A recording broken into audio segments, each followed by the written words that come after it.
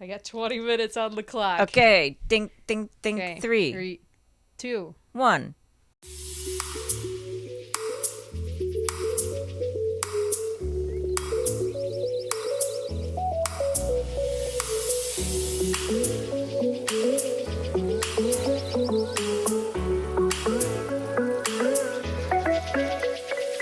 Hi, everyone. Welcome back to our podcast, No More Secrets. As always, I'm your niece, Katie Albrecht. And I'm your aunt, Mary Albrecht. And we have a timer on We do. because we've had a long day, so is Dunkel. And so we're just going to make this brief. This is going to be a quick episode, but we're still here. filled with love. Filled with love, and we're here for you. And it's even more important for us to be here for you because I had a great thing happen to me this weekend, Katie. I was at a baby shower. Yeah. And I was with a group of people that I didn't know. And the conversation was awkward, and I was trying to get everyone to share and what's your name and how do you know the mother to be, and it was all kind of forced. And then suddenly, a girl came out from inside and said, "Oh my God, you're the one that you're the Mary from No More Secrets." And I said, yeah. And she said, oh, my God, I listen to your podcast all the time. And she's 14-year-old. And her mom came out with A 14-year-old? a 14-year-old. Yeah. Wow. And she sat down and she said, oh, my God, I researched mental health because she was cutting during COVID. She was like 12, 11 or whatever. And she was so afraid to tell her mom. And she ended up sharing it with her mom about a year ago. And she's been in therapy ever since for some of the anxiety that went with being that young with COVID and the other pressures that go with it. Yeah. And she has gotten really strong at 14. And she said, I researched mental health podcasts, and yours came up like in the top 5. And she said, this is really cool because We got our SEO game on. Exactly. I love that. And she said, and it's really cool because it's an aunt and a niece, so it's 2 generations and whatever. So anyway, she's inside talking about the podcast, and Judy, my client who was running the baby shower, said, well, she's out there on the deck right now. Mary, the one of the 2 is out there. So Sophia comes running out. And she's like, oh, my God, and she's like treating me like I'm famous because she's 14. And so the rest of the table that previously hadn't been talking and sharing, everybody let their guard down. And we started talking about all kinds of issues with mental health because of our podcast. We had a 4th grade teacher there that said, I teach 4th grade, and it's really hard because there's so much anxiety and so much this and that. Yeah. And the main thing that was great about it was that the person hosting the shower, her cousin's daughter, but kind of like a niece to her, who's 25 years old and had been really, or is really shy and really kind of ashamed of herself, she stood up in front of everybody and said, I want to come on your show because I tried to commit suicide last year. And only my mom knows that. None of the rest of you do, like the rest of the family that was there. And she said, and I want to talk about it because it'll help other people. Wow. According to what Mary said, about her show and, and what was the person that, what was the name of the person that watches? Maybe she's watching now. She might be. Sophia Martin. Hi, Sophia. Sophia's going to be on, too. She wants to be on. She wants to talk about the life of a 14-year-old and cutting and COVID and the anxiety, the pressure to date, all of that. She's just like, it's really, really hard. And so she's on this soul-searching mission, and she's so evolved, and she's been working on it since COVID, and she is interested in learning. So she's like, I really want to come see where you do the podcast. I want to see the whole setup. I just want to be part of this. And then the other people, I want to be part too. And then that 25-year-old said, I want to come on and share about suicide because I tried to commit suicide last year. And no, she hadn't admitted that to anybody else in the family except for her mom. They knew she had been in a mental hospital, but they didn't know why. And she admitted it at a baby shower on a Saturday afternoon on her aunt's deck after feeling ashamed for a year. Right.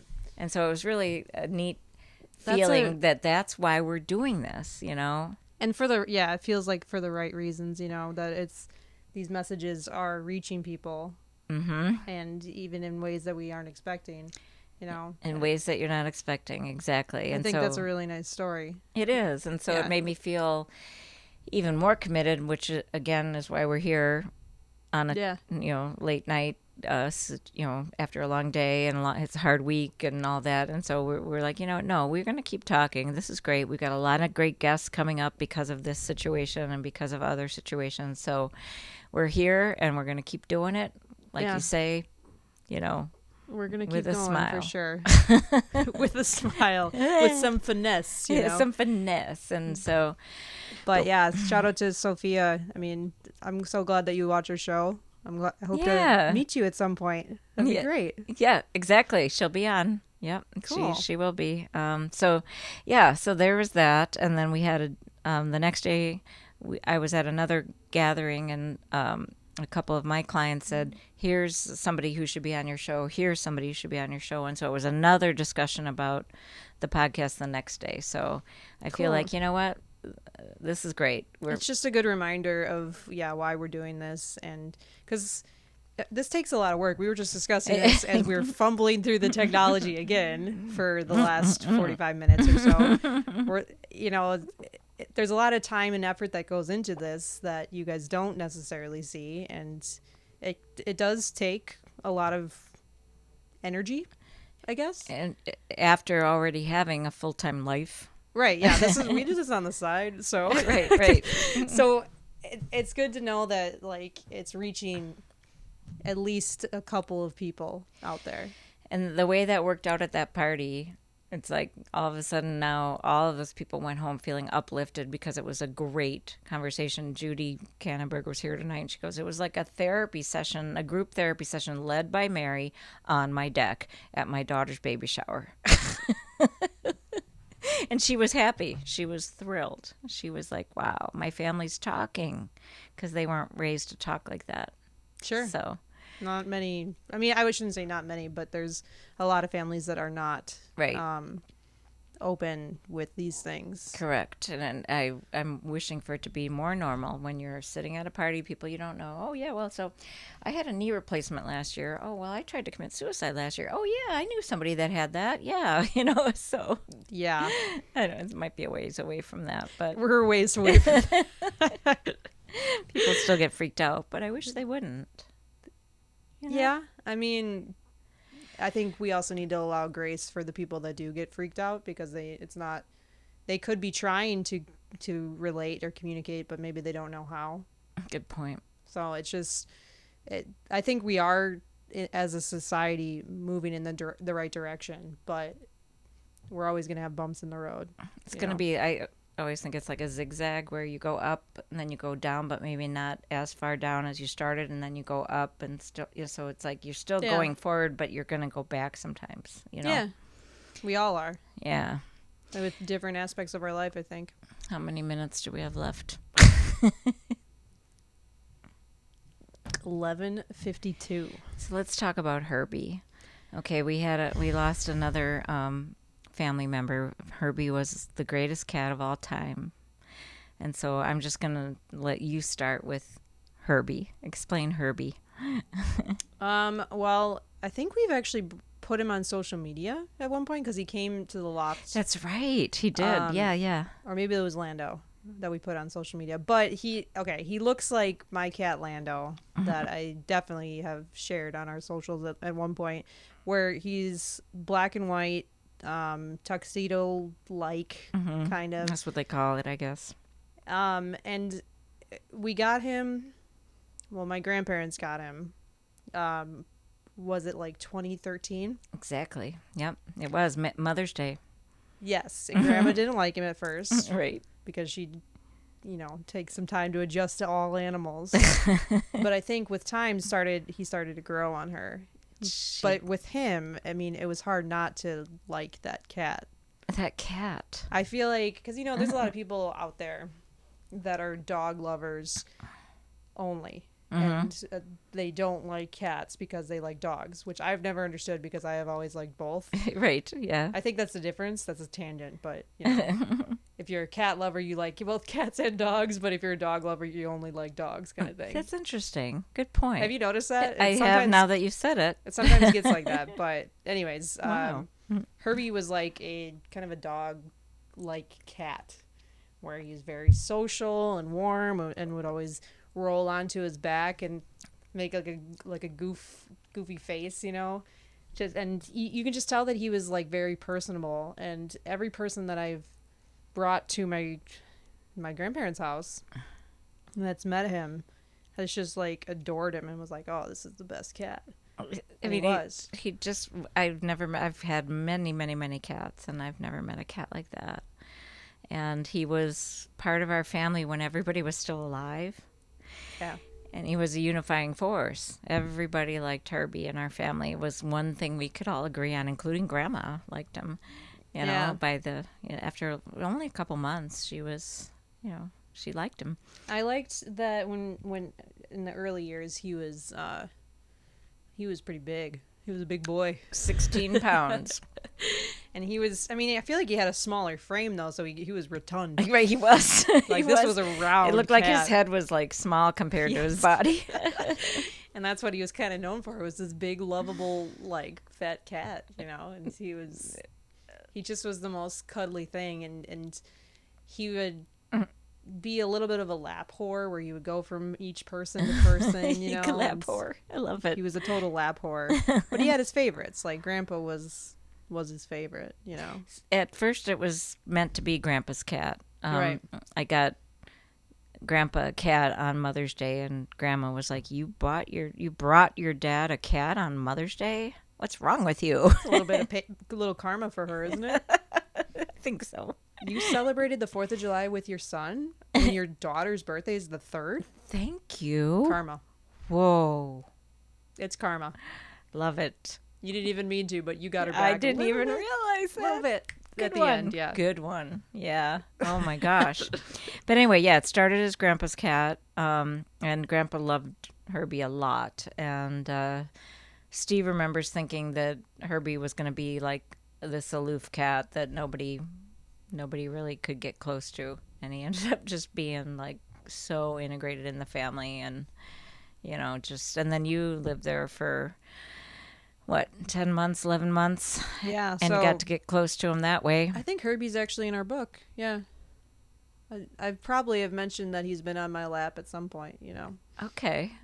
Because for those who don't know, or if you're new, our book Broken Neck took place in the year 2015 when I was living with my grandpa and my uncle at the time. And Herbie. Yeah, and Herbie was... he loved you, and you played with him a lot. Played with him.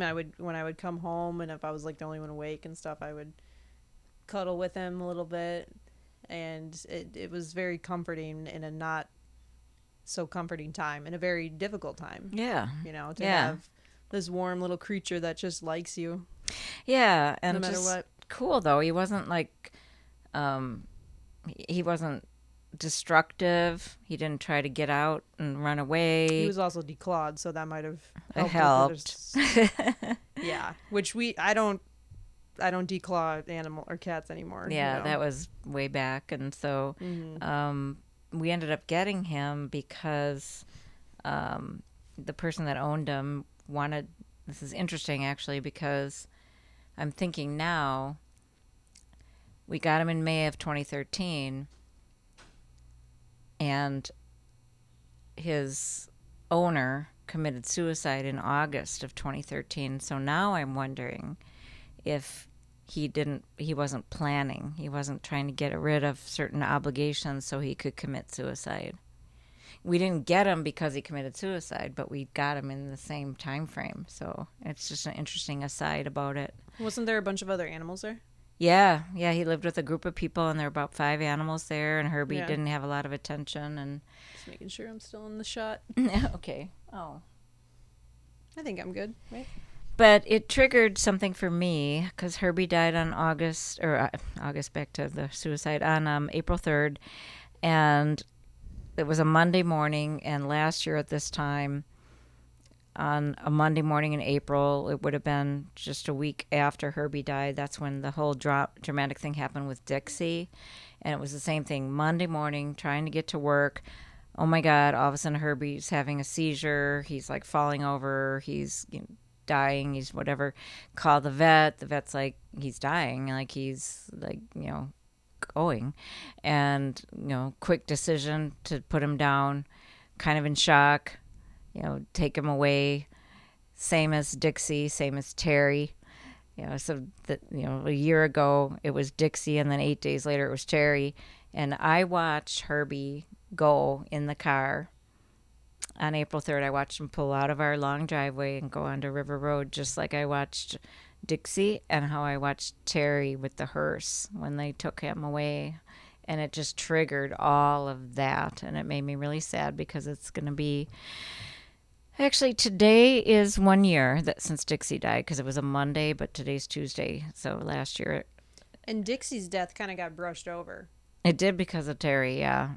Yeah, because Terry was right afterwards, and you had no time to really process it. And then I got Dunkel on April 15th, so Dixie died April 11th. I got him full-time April 15th. I had him, but he was staying overnight somewhere else.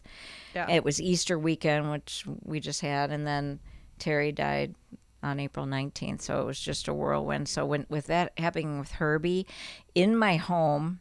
upstairs, not in Terry's room, but very near, it was weird. It just triggered all this emotion, and it just felt really sad. Yeah. But after a few days, I was more grateful to have known Herbie rather than focusing on the other deaths. It's interesting how you can come out of that. Your brain kind of protects itself. And yeah, it's important that you grieve, and maybe these situations are very similar to each other, but it's still the natural thing. Especially for him, like his age was appropriate. Yeah, he was close to 18. Yeah, which is normal. Yeah, for cats. And he had a great life. And, he did. He had a lot of lives. He met a lot of people. We don't know his life completely before us and everything, but we know afterwards, and it was the best life that he could have had. Yep. And so I like to think that he is hanging with Terry and Dixie and Grandma and Grandpa and your dad and Bella and Cha-Cha. Yeah, all those people, all those animals and people. Maybe Mark, the one that got him as a kitten that committed suicide, Maybe. Yeah. So, yeah, it was poignant, and that was last week, and that was a hard week to get through.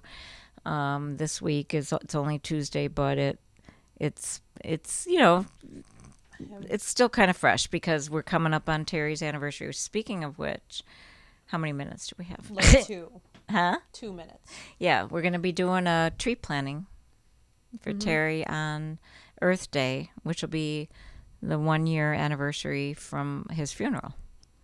Yeah. On April 22nd. The funeral is April 23rd, but it's always a day. But it was the same day, the Saturday, so. Have you ever heard the saying, April showers bring May flowers? I have.